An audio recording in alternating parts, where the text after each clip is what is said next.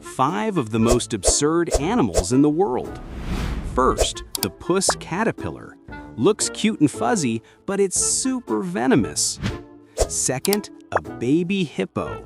Honestly, kinda looks like a roast pig at first glance. Here's the Valais black-nosed sheep, the real-life Shaun the Sheep. Next, the tamandua. Its long snout works like a vacuum cleaner for ants. And finally, the brush-tailed possum, looking totally chill and hilarious. So which one do you think is the weirdest?